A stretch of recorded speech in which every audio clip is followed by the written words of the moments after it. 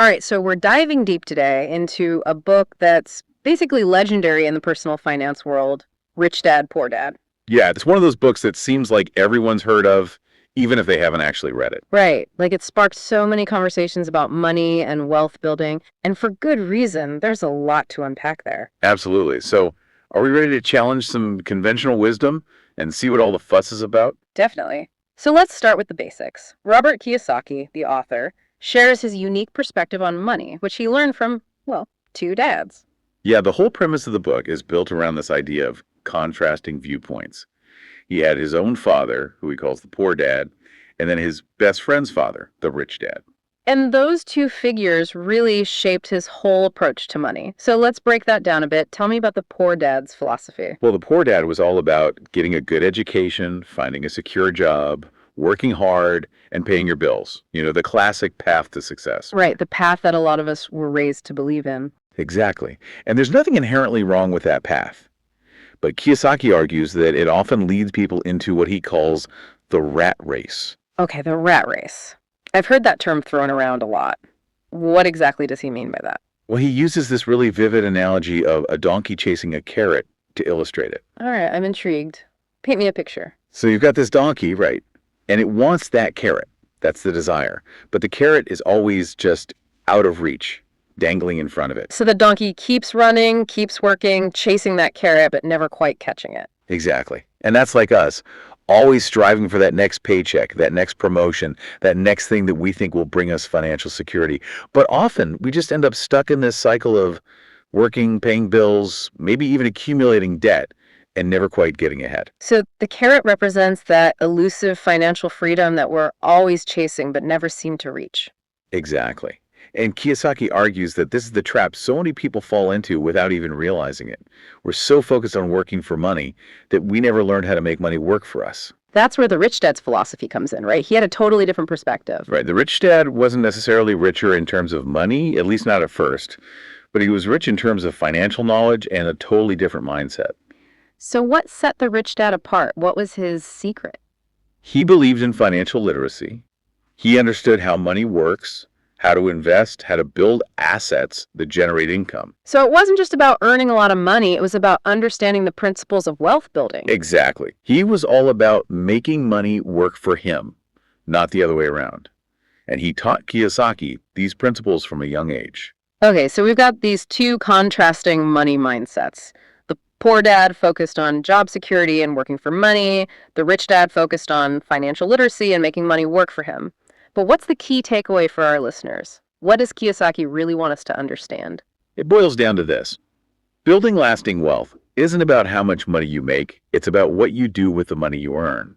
It's about understanding the difference between assets and liabilities. Assets and liabilities. Those terms get thrown around a lot. Can you break those down for us? Sure. Simply put, assets put money in your pocket, while liabilities take money out. So a house, for example, is often seen as an asset. But Kiyosaki argues that for most people, it's actually a liability. Hold on. A house, a liability. That's a pretty bold statement. How can that be? Think about it. You have to pay the mortgage, property taxes, insurance, maintenance costs. It's constantly taking money out of your pocket. Okay, yeah, I see what you mean. But isn't it still building equity? Isn't that valuable? It can be, but only if you eventually sell it for a profit. And even then, you have to factor in all those expenses you've paid over the years. Kiyosaki argues that true assets are things that generate income, like rental properties, businesses, or investments. So it's less about working hard at a job and more about building your own financial foundation through smart investments and income-generating assets. That's the idea. He calls it minding your own business. And he even goes as far as to say that the rich invent money, not just by working for it, but by seeing opportunities that others often miss. Like that story he tells about Alexander Graham Bell and the telephone. Exactly. He offered the patent to Western Union for like $100,000. A steal, right. They turned him down flat. Couldn't grasp the potential of this invention that went on to become a multi-billion-dollar industry. It's all about having that financial vision, seeing the possibilities that others might overlook. So, okay, let's say someone is ready to take control of their finances and start building wealth the rich dad way.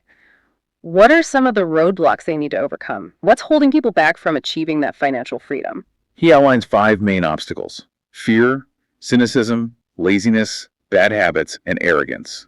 These are like the mental barriers that keep people from achieving financial freedom. 5 is a lot to tackle, but I'm guessing those are pretty common hurdles. They are.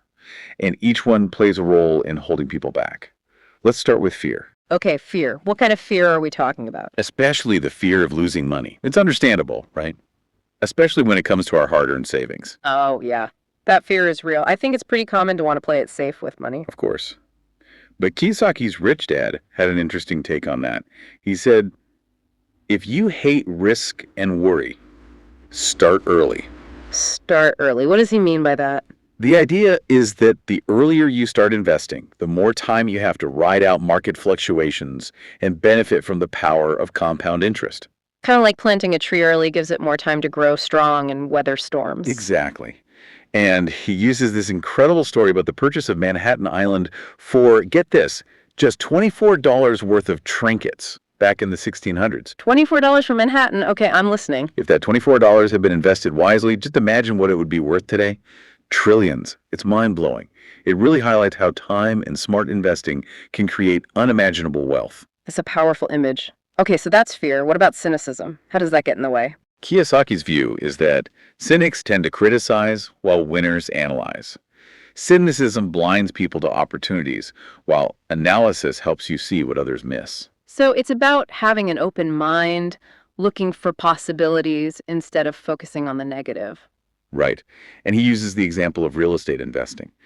People often say, I don't want to fix toilets as a reason to avoid real estate. Yeah, I've heard that one before. But it's about seeing the bigger picture, understanding that any investment comes with its own set of challenges.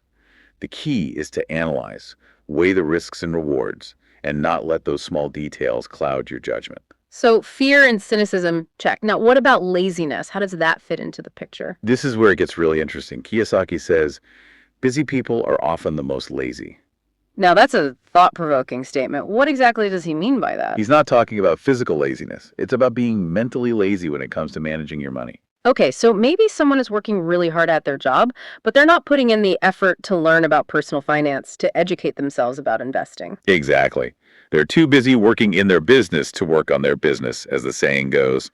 And this often leads to bad habits, which, as we all know, can be really hard to break. Speaking from experience, yes. What kind of bad habits does he highlight? What are some of the things that keep people stuck in that rat race? A big one is paying yourself last. You work, you pay your bills, and whatever's left, maybe you save a little, or maybe there's nothing left at all. That's the habit most people are stuck in. Right. It's like we prioritize everything else before our own financial well-being. Exactly. But Kiyosaki learned from his rich dad to flip that script and pay yourself first. Always set aside a portion of your income for savings and investments, even if it means tightening your belt in other areas. It's like that moment in the book where his poor dad asks, "But what if you don't have enough to pay your bills?" And the rich dad replies, "Who do you think will complain louder if I don't pay them, me or my creditors?" It's a lesson in financial discipline. You're essentially training yourself to prioritize your financial well-being above everything else. All right, so we've covered fear, cynicism, laziness, and bad habits. That brings us to the last of the 5 roadblocks. Arrogance. How does that play a role in all of this? Kiyosaki believes that arrogance often stems from a fear of making mistakes. Yeah. Arrogant people think they know it all, so they don't seek out new knowledge or advice. They're not open to learning, to expanding their horizons. Right. And in the world of finance, that can be a recipe for disaster. He emphasizes the importance of being a lifelong learner, seeking out mentors, and being open to new ideas. It's about recognizing that you don't know everything and that there's always more to learn. Humility is key.